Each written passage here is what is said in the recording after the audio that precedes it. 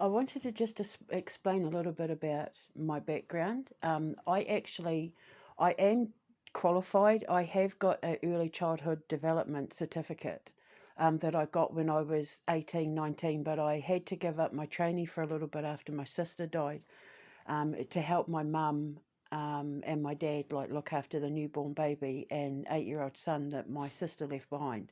And then I went back to finish my training. I was doing an early childhood development certificate, but they Roslyn School, where I was assigned, must have seen something in me because they asked me to take part in a trial, um, like a trial study on. They had to train me up. I had to, you know, do all the specific training in that in order to teach children with special needs. ADHD, autism, that sort of thing. There was only one child in there that I would class as having special needs. All the rest I would just consider to be high functioning creative geniuses because of how well I was able to manage them and get them to do better in their schoolwork and that. But the thing is, while I was teaching them, because I was given my own little class where I would take them for one-on-one lessons, I would do reading classes for all the kids, and then I would do one-on-one reading and writing classes for the children that were diagnosed with ADHD and autism, right? But it was in my being around these kids at 18, 19 years old, I realised that there was something not right about the diagnoses of these children and the way they were being treated and the way they were being forced to learn the same way as all the quote unquote normal kids. I started realizing then that there was a misdiagnosis situation going on. And so I had always kind of thought, well, this needs to be changed. I never thought in a million years that through all of that, I would become an occult scientist, an ascension scientist, a biorhythmic engineer, all because I needed to try and understand the minds of the children that I wanted to work with in the future.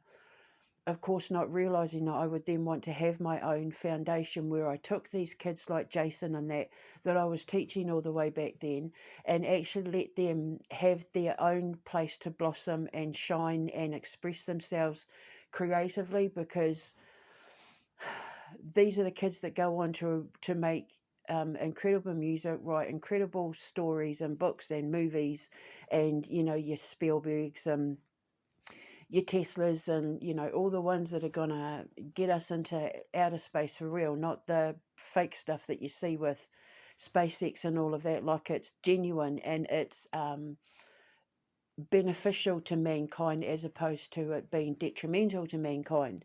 I didn't realize that everything that I was being trained to know back then was going to prepare me for what I was going to step into in the future as an adult, i.e., the foundation in the entertainment industry, movies, video games, books, TV series, social media, that sort of thing. I didn't know that all the way back then I was being prepared for what I was creating now.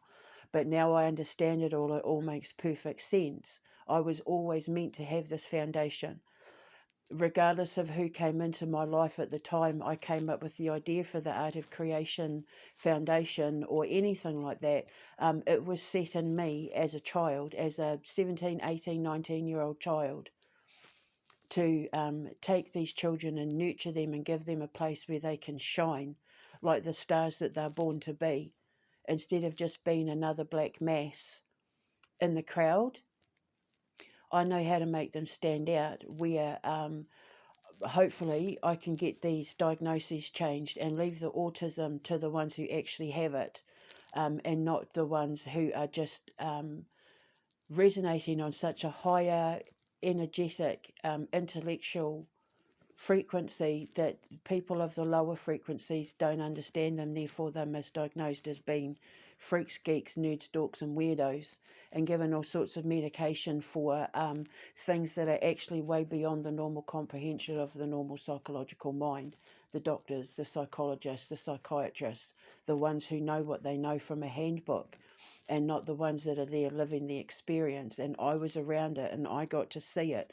And I realized very early on, back in my training, that there was something very, very wrong with the way that these really smart kids were being classed and identified and medicated and labelled and abused, basically, because they're forced through great emotional distress to themselves to be something that they're not. Whereas my foundation, we're just going to let them be everything that they are. There will be no maths classes, algebra, English, history, blah, blah, blah. They will learn as they go, just like I did.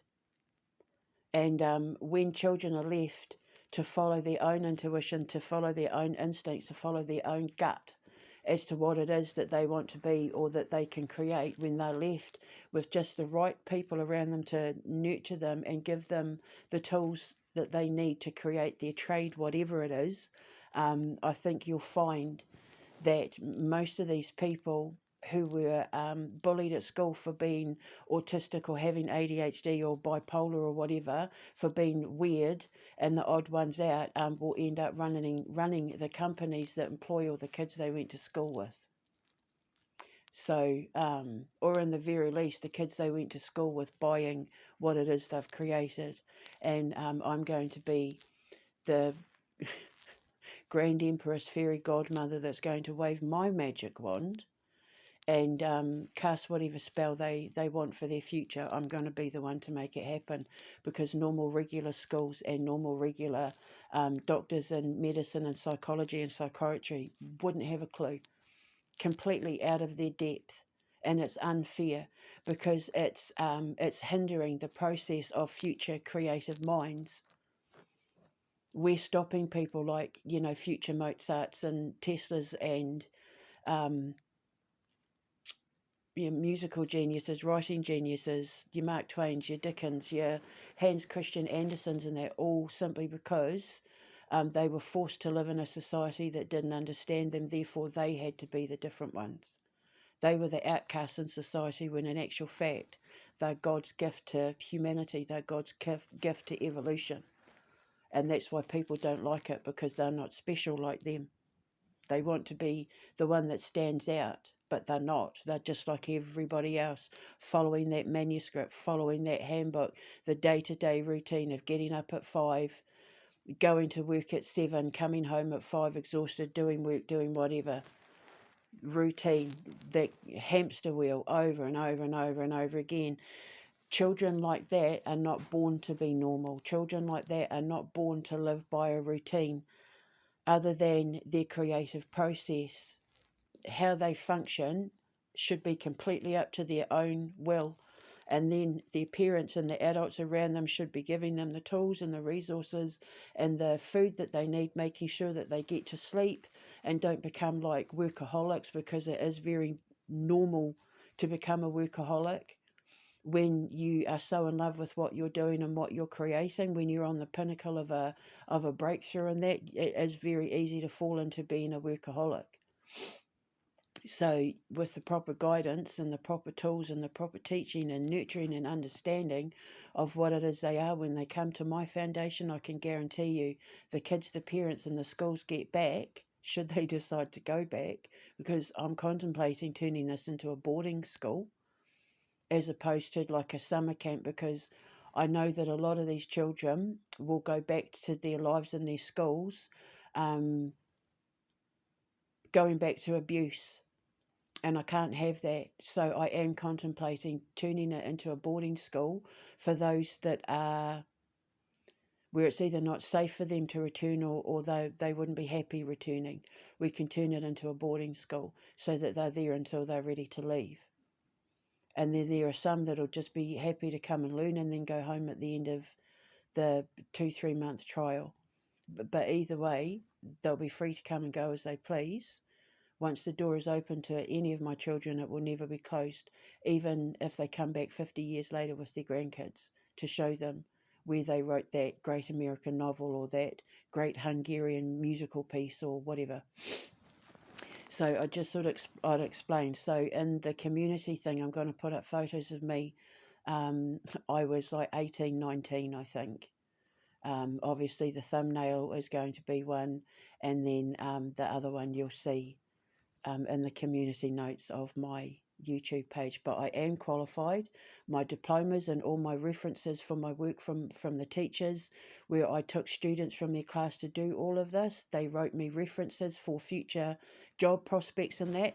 The only reason why I didn't continue being a teacher is because I fell in love and got engaged and was going to be leaving Palmerston North to move to Tauranga to be with my husband. And the part of the type of training course that I was on, because I was offered like a free teaching degree to go to teachers college, but I turned it down because of the type of training course that I was on. You had to be single, and I was getting married, so I turned it all down. But I think it's just because I was destined for something a bit more supernatural.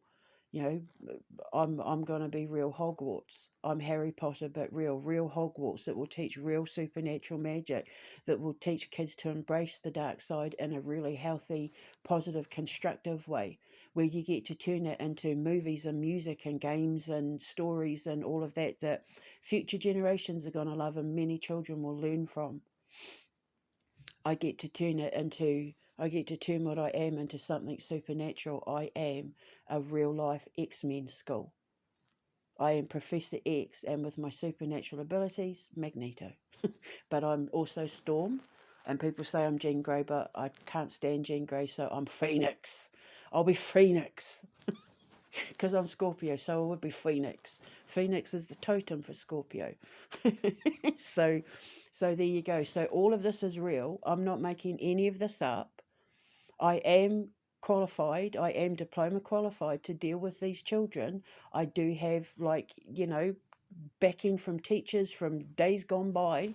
It's just that I took it further and turned it into an occult science, because I started to realize that the way the human mind works has a direct correlation to paranormal and supernatural experiences, but that people didn't know the difference between the two. And there is a very vast difference, like chalk and cheese, between the paranormal and the supernatural. But that's why I'm here. That's where I came along. So now you'll see photos of me at 18, 19. I swear to God, I feel and look younger now than I did back then in those photos. Roslyn Primary School, Palmerston North. Look it up on the internet. It's all there. It's all real. So I will speak to you later. I have to get back to making these cookies now, because my boys and my neighbour have given me a genius idea that I want to try out, and it may end up being our signature dish for our cafe and restaurant and all that at the foundation. So we'll see what happens. So I'll speak to you later. Hold your head up high. Know you are loved. Ka kite anō. Mwah.